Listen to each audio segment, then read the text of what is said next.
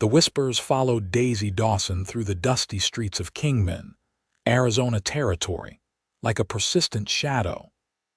At 7 months pregnant, with no wedding band on her finger and no husband by her side, she had become the favorite subject of gossip in the small frontier town. April 1882 was proving to be the cruelest month she had ever known. "Shameless," muttered Mrs. Peterson as Daisy passed the general store, her rounded belly prominent beneath her worn cotton dress. Coming into town like that, flaunting her condition. Daisy kept her eyes forward, clutching her small market basket tighter. The Arizona sun beat down mercilessly as she made her way to the town's only restaurant, a humble establishment called the Dusty Trail. She needed to eat, regardless of the stares. The baby growing inside her demanded nourishment, and she had promised herself she would stay strong, even when it felt like the entire world had turned against her. The restaurant was crowded for the afternoon meal. Miners, ranchers, and townspeople filled the tables, their conversations creating a steady hum that momentarily dropped when Daisy entered.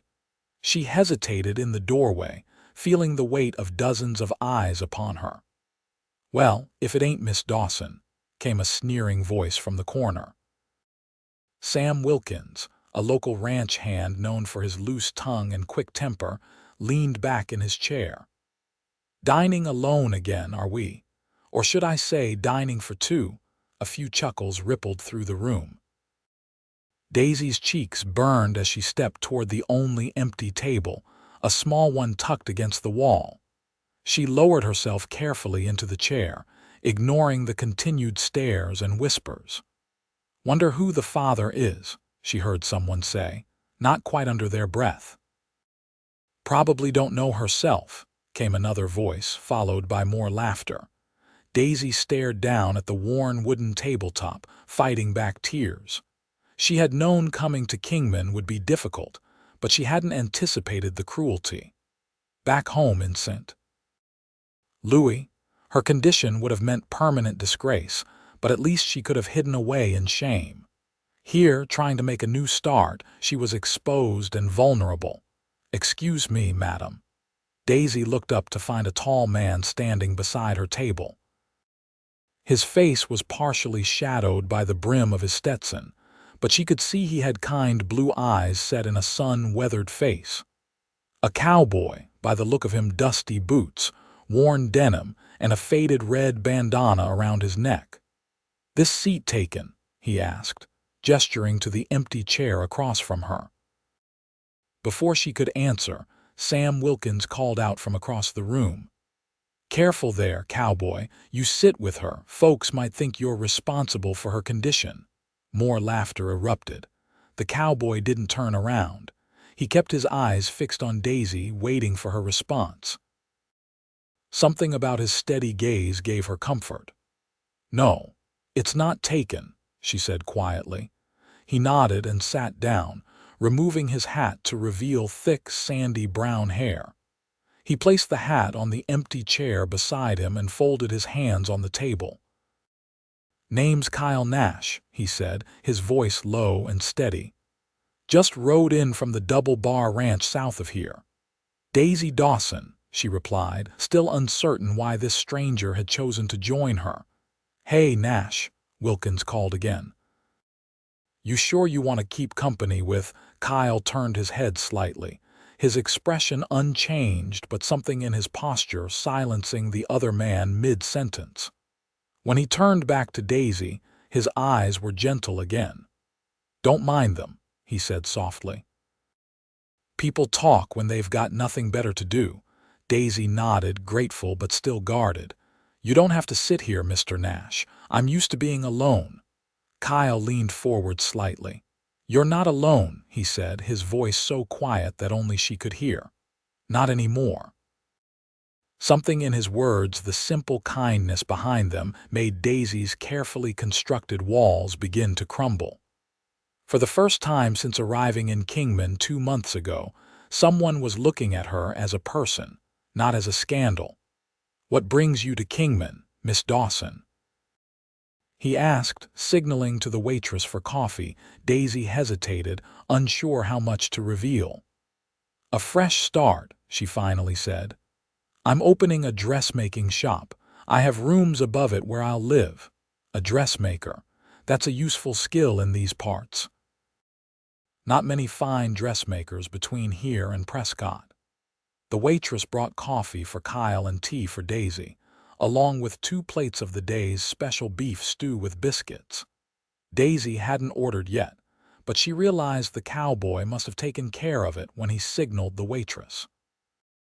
"Thank you," she said, both for the food and for his kind words about her profession. As they ate, Kyle spoke of ordinary things: the weather, the cattle business, news from the eastern states. He didn't pry into her past or her condition, and his conversation gave her a shield against the occasional glances from other diners. By the time they finished their meal, the restaurant had mostly emptied. "May I walk you back to your shop?" he asked as she prepared to leave. Daisy nodded, surprised at how comfortable she felt in his presence after just one meal.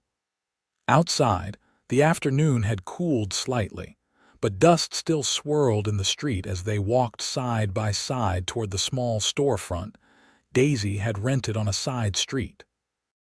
"How long will you be in town, Mr. Nash?" she asked, breaking a comfortable silence. "Kyle, please," he corrected gently. "I'm not sure. I came to deliver some papers for my boss and to pick up supplies. Might be here a few days." They reached the door of her shop. The sign, freshly painted, read Daisy's Dressmaking. Through the window, bolts of fabric and a sewing machine were visible. "This is me," she said, suddenly shy. "Thank you for your kindness today, Kyle," he nodded, replacing his hat. "May I call on you tomorrow, Miss Dawson? Perhaps I could help you with anything that needs lifting or moving." Daisy felt a flutter that had nothing to do with the baby. "I'd like that," she said. "And please call me Daisy." As Kyle tipped his hat and turned to leave, Daisy entered her shop with a lighter heart than she'd had in months. Perhaps Kingman had more to offer than just gossip and judgment after all. The next morning, Daisy woke early, her back aching from the hard mattress in her small room above the shop. She moved slowly, one hand supporting her lower back, the other resting on her swollen belly.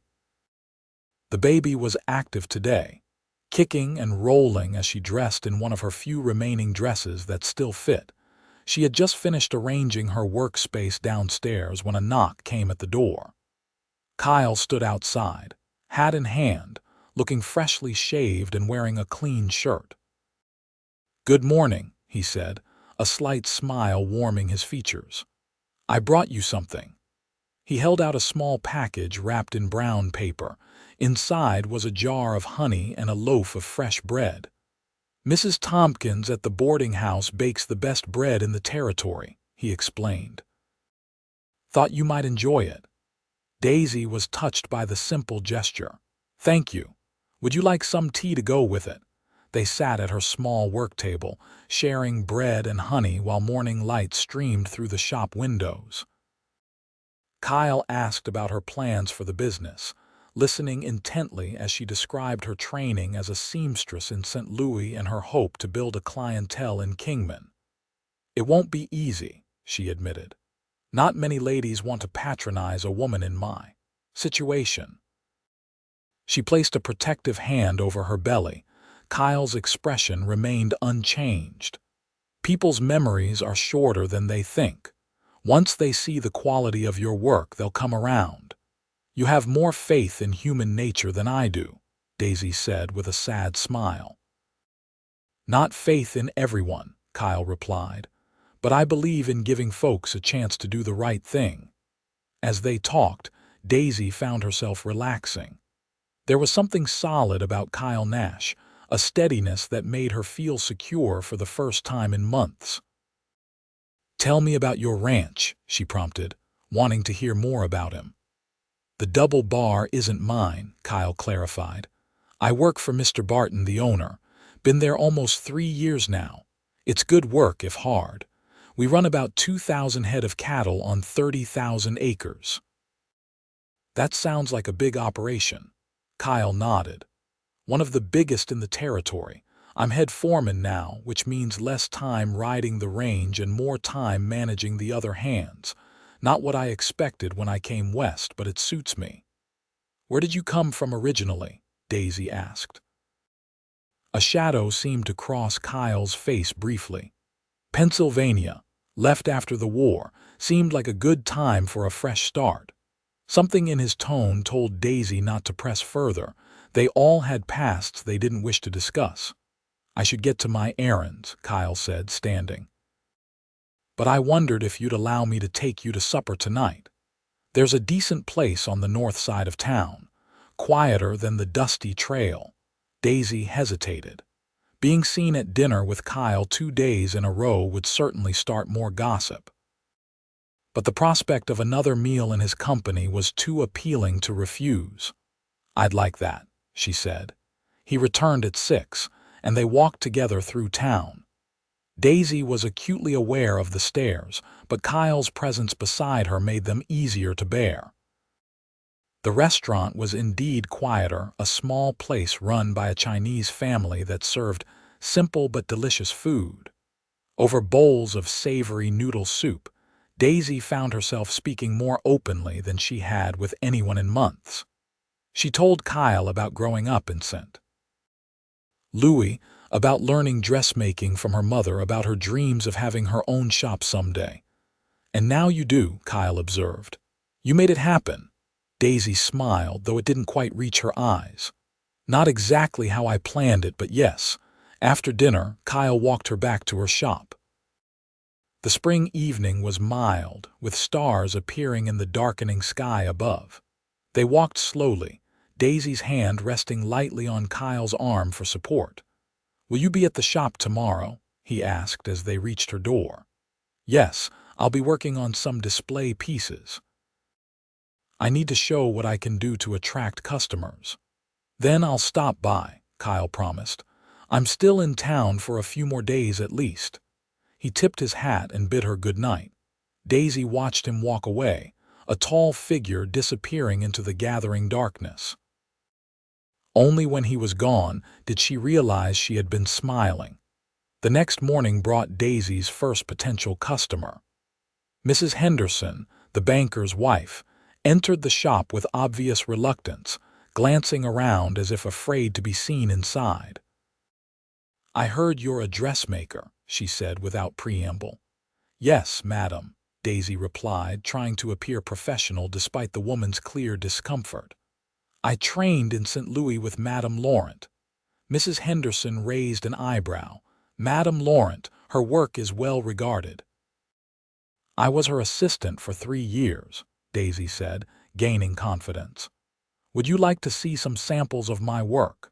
She showed Mrs. Henderson a portfolio of sketches and a half-finished evening dress she was creating as a display piece. Despite herself, the banker's wife was impressed. Well, I do need a new dress for the territorial governor's visit next month, she said thoughtfully. But I'm not sure if. Her eyes drifted to Daisy's belly. I assure you, Mrs. Henderson, my condition won't affect the quality of my work, Daisy said firmly. And I can promise the dress will be ready well before the governor's arrival. After a moment's hesitation, Mrs. Henderson agreed to be measured for a new dress. By the time she left, Daisy had secured her first commission in Kingman, a significant achievement given her circumstances. She was still smiling about it when Kyle arrived that afternoon. He brought more small gifts, fresh strawberries from a farmer outside town and a length of blue ribbon he thought would complement a dress in her window. I have news, Daisy told him excitedly. Mrs. Henderson ordered a dress this morning. Kyle's genuine pleasure at her success warmed her heart. That's wonderful, he said. The banker's wife, no less.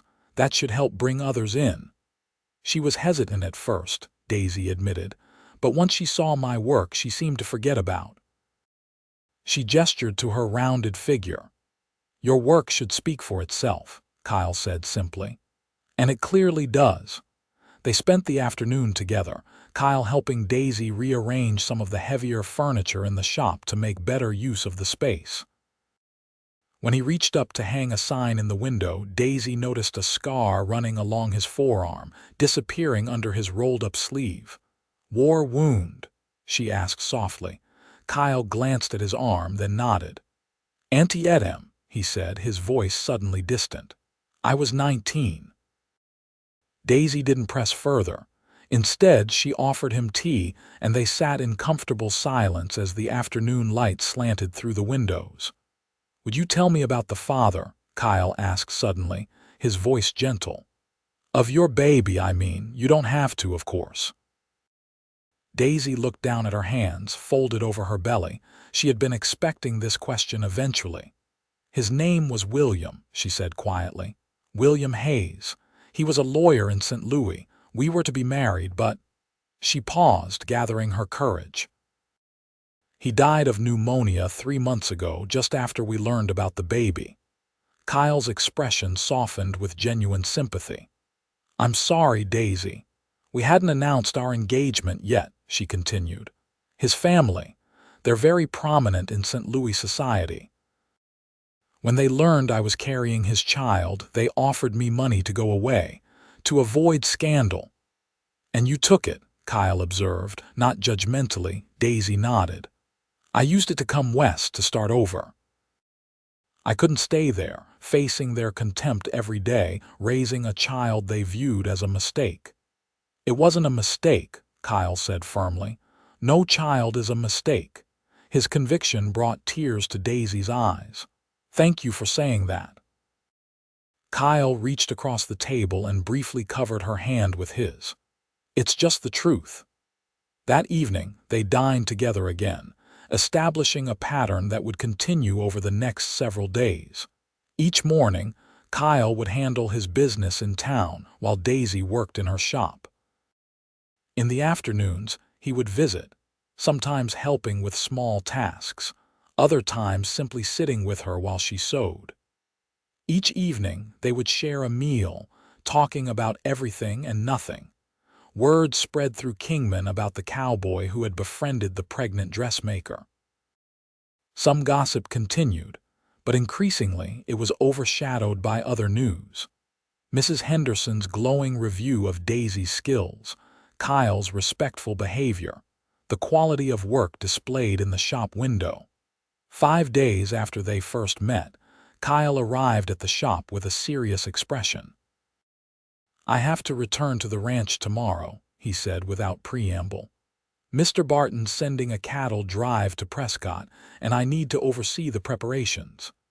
Daisy felt her heart sink, though she had known this moment would come.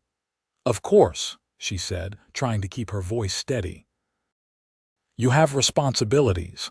Kyle shifted his weight, looking uncharacteristically uncertain. "Daisy, these past days with you have been special to me." "For me as well," she admitted. "The ranch is about 30 miles south," he continued. "Not so far that I couldn't ride up to see you sometimes, if you'd welcome that." Daisy's heart lifted. "I would welcome it very much, Kyle." Relief softened his features. "Good, that's good," he cleared his throat. "I was thinking I might ride up in 2 weeks' time if that suits you."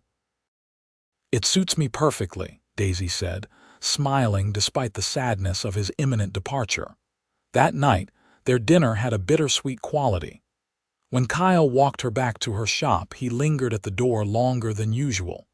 "Daisy," he said, his voice low and earnest. "I know we've only known each other a short while, but I want you to know that I care for you, for both of you." He glanced at her belly. Daisy's throat tightened with emotion.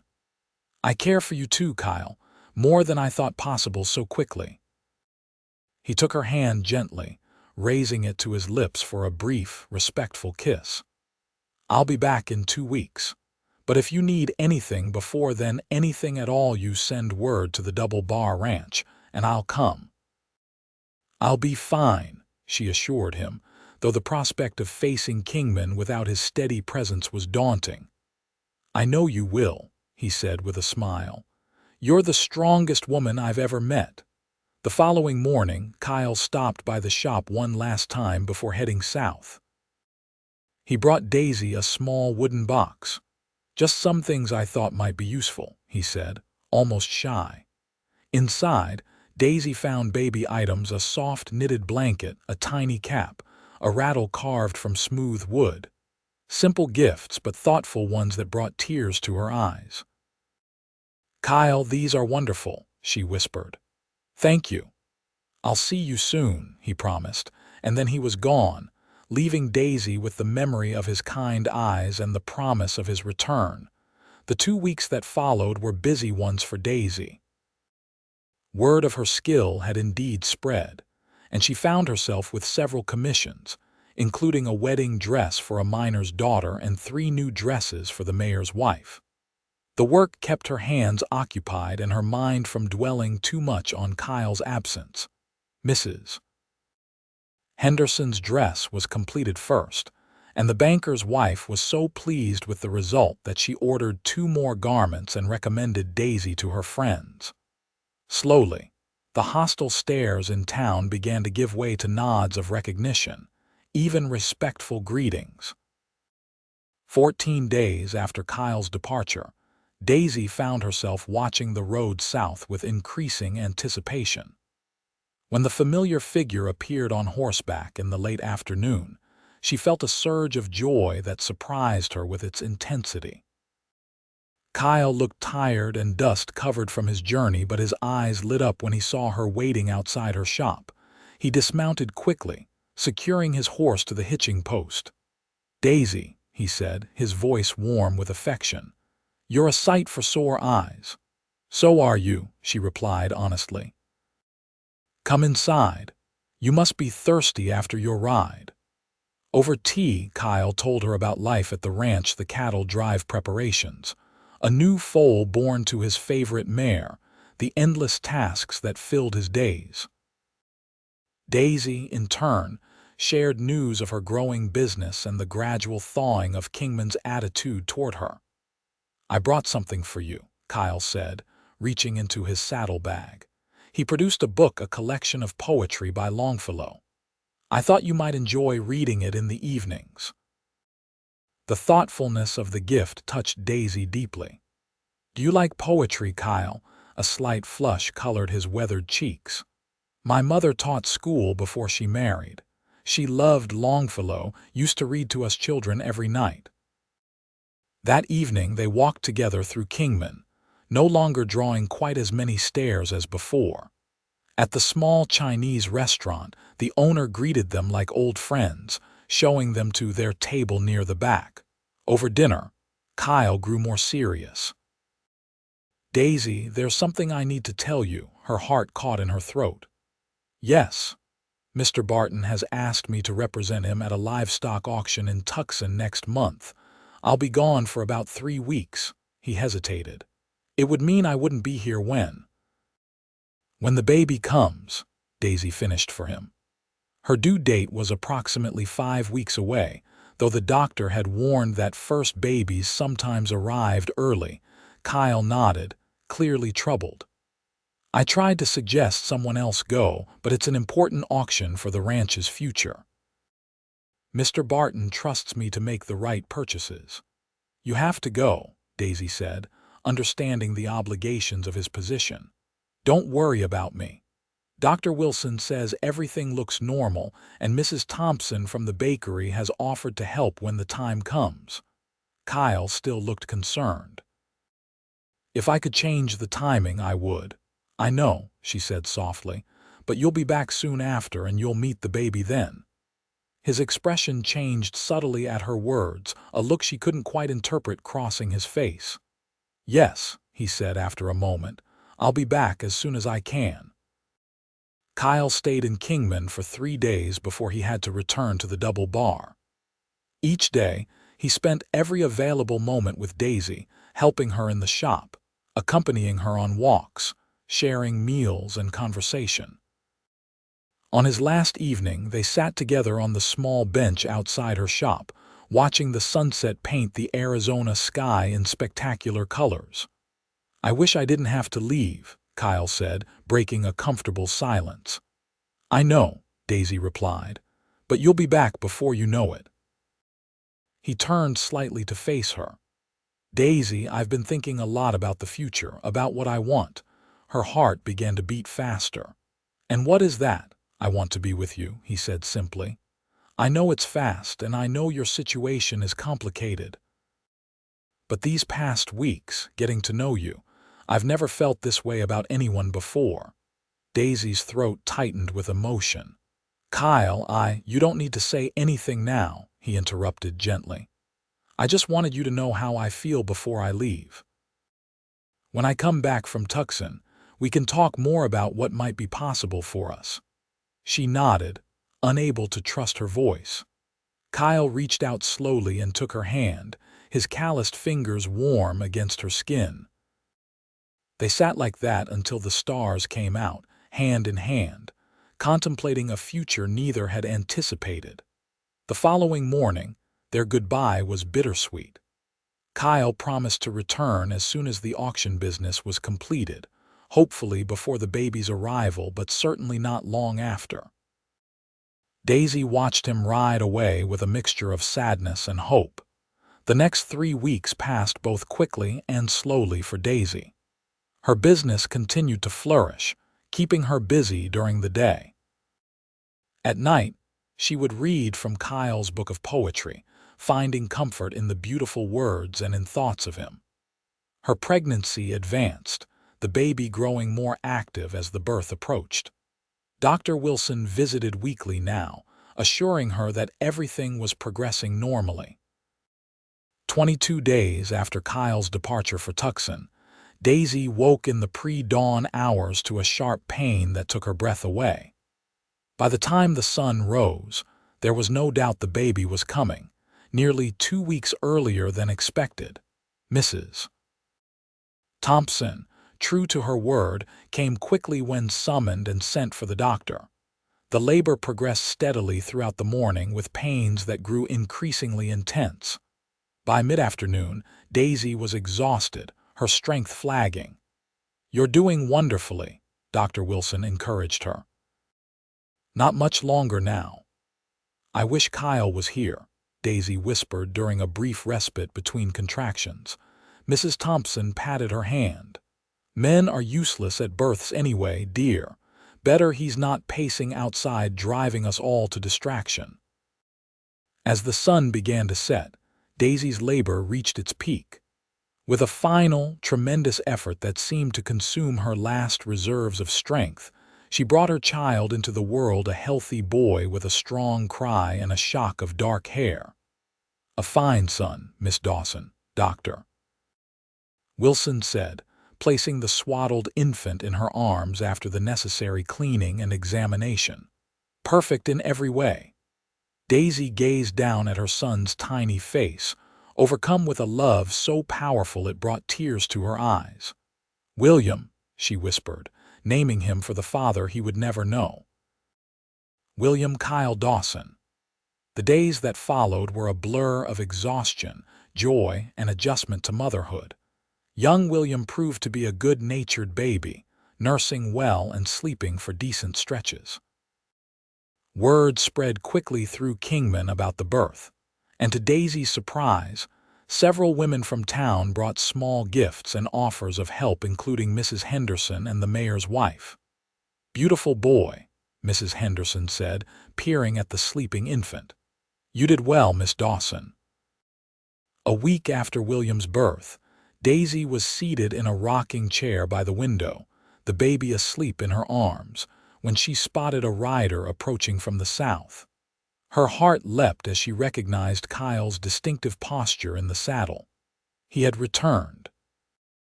She watched as he dismounted outside her shop, tying his horse to the post. He looked tired and dusty from travel, but he moved with purpose as he approached her door. Daisy called out for him to enter, unable to rise easily with the baby in her arms. Kyle stepped inside, removing his hat. He stopped abruptly when he saw her holding the infant. "Daisy," he breathed. "The baby." "Come meet William," she said softly. He decided to arrive early. Kyle approached slowly, his expression a mixture of awe and tenderness as he gazed down at the sleeping child.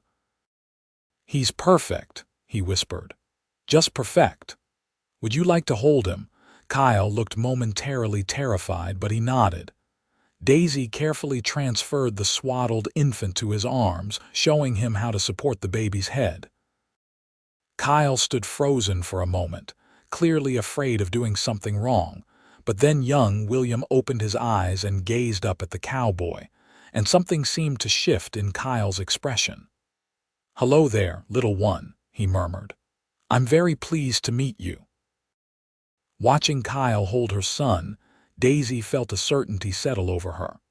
This man who had appeared in her life so unexpectedly, who had stood by her when others turned away, was someone she could trust with her heart and with her child's future.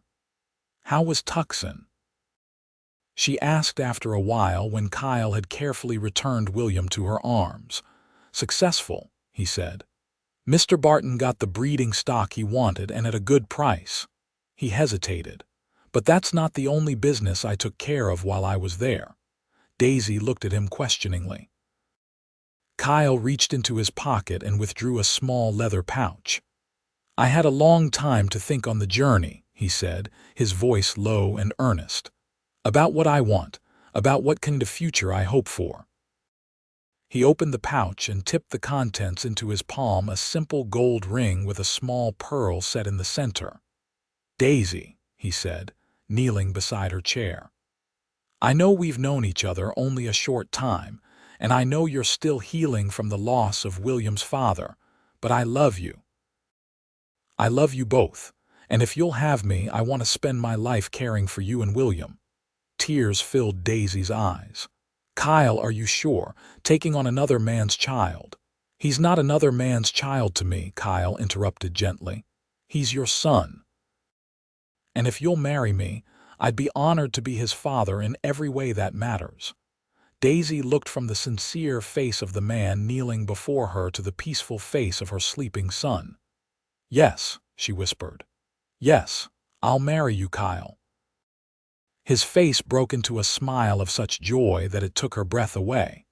He slipped the ring onto her finger, then leaned forward to place a gentle kiss on her lips there first. "I have one more piece of news," he said, still holding her hand. "Mr. Barton has offered me a partnership in a new venture. He's purchased land just outside Kingman, planning to establish a smaller ranch operation here. He wants me to manage it." "You'd be staying in Kingman?" Daisy asked, hardly daring to believe it. Kyle nodded.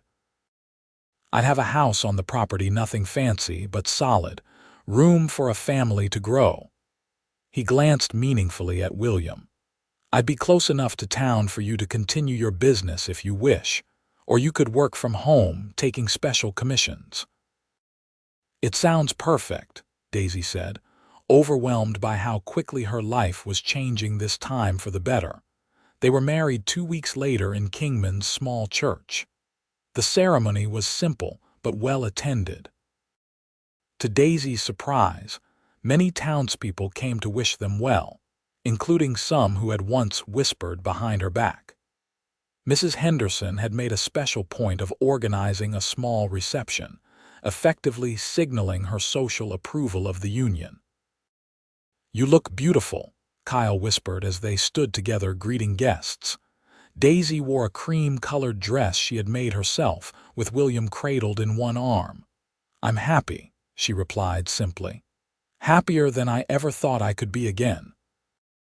As spring turned to summer, Kyle and Daisy settled into their new life at the small ranch outside Kingman.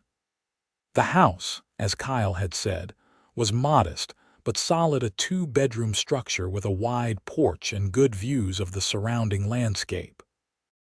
Kyle worked hard establishing the new operation, while Daisy balanced motherhood with a reduced but still active dressmaking business, taking special orders that she could complete at home. William thrived under their care, growing stronger each day. Kyle doted on the boy as if he were his own flesh and blood, spending hours simply holding him or walking the floor when the baby was fussy. Daisy often found herself watching the two of them together, her heart full to bursting with love for the family they had created. One evening in late August, as they sat together on the porch watching the sunset, William asleep in his cradle beside them, Kyle took Daisy's hand. "I've been thinking," he said, "about William's name." Daisy looked at him questioningly. "I understand why you named him for his birth father," Kyle continued carefully, "and I would never suggest changing that, but I wondered how you might feel about making it official legally, I mean. If I were to adopt him, give him my name." Daisy's eyes filled with tears. "You want to adopt William? Make him William Kyle Nash," Kyle nodded. "Only if you agree, of course. But I want him to know, as he grows up, that he is my son in every way that matters. No different than any children we might have together in the future." Daisy leaned over to kiss him, her heart so full she could barely speak. "I think it's a wonderful idea," she managed finally. "William Kyle Nash, it sounds right." The legal adoption was processed through the territorial court in Prescott that fall. The judge, impressed by Kyle's sincere desire to provide for the boy, readily approved the petition. William Kyle Nash became the legal son of Kyle Nash, with all rights of inheritance and family connection that entailed. Life on the small ranch settled into a pleasant routine. The cattle operation thrived under Kyle's experienced management, and Daisy's dressmaking business maintained a loyal clientele who were happy to travel the short distance from town for her skilled work. William grew rapidly, developing a sunny disposition that charmed everyone he met. By the following spring, the little family had more news to celebrate. Daisy was expecting their second child. "How do you feel about it?" Kyle asked when she told him, his face alight with joy but also concern for her. "Happy," Daisy said honestly. "So happy. This time everything is different. I have you. We have our home. We have William. This baby will be welcomed into a family already full of love." Their daughter, Sarah Elizabeth Nash, was born in November 1883, a healthy girl with her father's blue eyes and her mother's delicate features. William, now 18 months old and toddling everywhere, regarded his baby sister with fascination and only occasional jealousy. "Look at them," Kyle said one evening as they watched William gently pat Sarah's hand while the baby lay in her cradle. "Brother and sister. No one would ever guess they don't share the same blood." "They share what matters," Daisy replied. "They share our love." As the years passed, the Nash family continued to flourish. The ranch expanded, eventually becoming one of the most successful operations in the area. Daisy's dressmaking evolved into a small but prestigious business, with clients coming from as far as Prescott and Flagstaff for her designs. William and Sarah were joined by two more siblings, James Thomas in 1885 and Emily Rose in 1887, completing their family of 6. William grew into a thoughtful, responsible young man who shared his adoptive father's affinity for ranching. Though he knew the circumstances of his birth, Kyle and Daisy had decided on honesty from an appropriate age.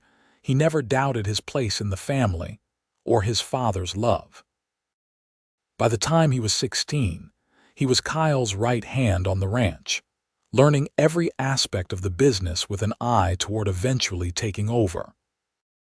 On a warm spring evening in 1898, as Daisy and Kyle sat on the same porch where they had begun their life together, they reflected on the journey that had brought them to this point. "You ever think about that day we met?" Kyle asked, his hand finding hers as it had countless times over the years. Though his hair was now streaked with silver and lines creased the corners of his eyes, he was still the same steady, kind man who had sat beside a lonely, pregnant woman in a Kingman restaurant. "Often," Daisy admitted. "I was so afraid that day, so certain I would face the future alone. "You're not alone," Kyle said, echoing the words he had spoken 16 years earlier. "Not anymore." Daisy leaned her head against his shoulder, watching their 4 children playing a game of horseshoes in the yard. William, now a young man of almost 16, Sarah, approaching 15 and already showing her mother's talent with needle and thread. 12-year-old James, mechanical-minded and constantly taking things apart to see how they worked. And 10-year-old Emily, a dreamer with a gift for storytelling. "We've been blessed," Daisy murmured. "We have," Kyle agreed. "More than I ever dreamed possible when I rode into Kingman that day." "Do you know," Daisy said thoughtfully, "I've sometimes wondered what made you sit at my table that day. You must have heard the whispers, seen how everyone was looking at me." Kyle was quiet for a moment before answering. "I had a sister," he said finally, "Mary. She found herself in a similar situation after the war. The young man had promised to marry her when he returned from fighting, but he never came back. When the town learned of her condition, they turned on her. She couldn't bear the shame." His voice broke slightly. "She took her own life before the baby was born." Daisy tightened her grip on his hand, understanding at last the pain she had sometimes glimpsed in his eyes. "Oh, Kyle, when I saw you sitting there, head held high despite their cruelty, I saw someone with the strength Mary didn't have. I couldn't walk past. Not again." Daisy turned to face him, placing her hand against his cheek. "You saved me that day." "No," Kyle said softly. "You were already saving yourself. I just offered a hand to hold along the way." As the sun set over their ranch, painting the Arizona sky in brilliant orange and pink, Daisy reflected on the journey that had brought her to this moment. From the desperate young woman who had arrived in Kingman with nothing but hope and determination, to the fulfilled wife, mother, and businesswoman she was now. The path had not been easy, but it had led her home. "I love you, Kyle Nash," she whispered. "And I love you, Daisy Nash," he replied, his voice carrying the weight of years of shared joy and hardship, laughter and tears, challenges overcome and happiness embraced. "Always have. Always will." In the yard, William called for his parents to join the game. Kyle stood and offered his hand to Daisy, just as he had the first time he walked her home from the restaurant. She took it, feeling the same flutter in her heart that his touch had always evoked, and together they went to join their children as the first stars appeared in the twilight sky over the home they had built together.